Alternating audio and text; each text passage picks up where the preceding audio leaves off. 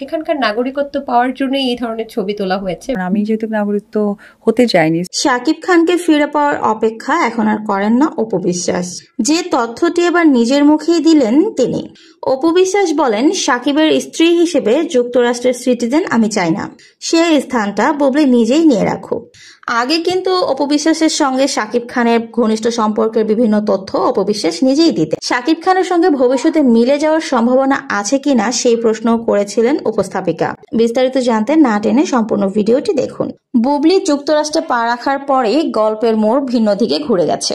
শাকিবের স্ত্রী হিসেবে অপু বুবলি দুজনের মধ্যে যুক্তরাষ্ট্রের সিটিজেন কে পাবে, এসব প্রসঙ্গেও বিভিন্ন ব্যক্তিরা কিন্তু নানান রকম তথ্য দিয়েছেন, যার মাঝে জোরালোভাবেই দাবি করা হয়েছিল গত বছর যখন অপু বিশ্বাস শাকিব খানের সঙ্গে যুক্তরাষ্ট্রে গিয়েছিলেন তখনই কিন্তু সিটিজেনের জন্য তার নামটি অন্তর্ভুক্ত হয়েছিল।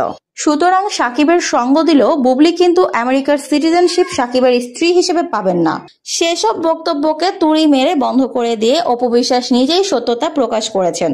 অপু বলেন, শাকিবের স্ত্রী হিসেবে যুক্তরাষ্ট্রের নাগরিকত্ব তার চাই না।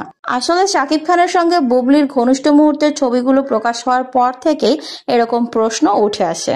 একটা আলোচনা চলছিল যে শাকিবের হাত ধরেই যুক্তরাষ্ট্রের নাগরিকত্ব পেতে চায় বুবলি। তাই গোপন ভিডিও ধারণ করে বা বিভিন্ন রকম ঘনিষ্ঠ মুহূর্তের ছবি ধারণ করে সেই অবস্থানটাই পাকাপোক্ত করতে চাচ্ছিলেন বুবলি। আবারও উপস্থাপিকা অপু বিশ্বাসের কাছে প্রশ্ন রাখেন, বুবলি ঘনিষ্ঠ মুহূর্তের ছবি প্রকাশ করলেও অপু বিশ্বাস কেন করছেন না?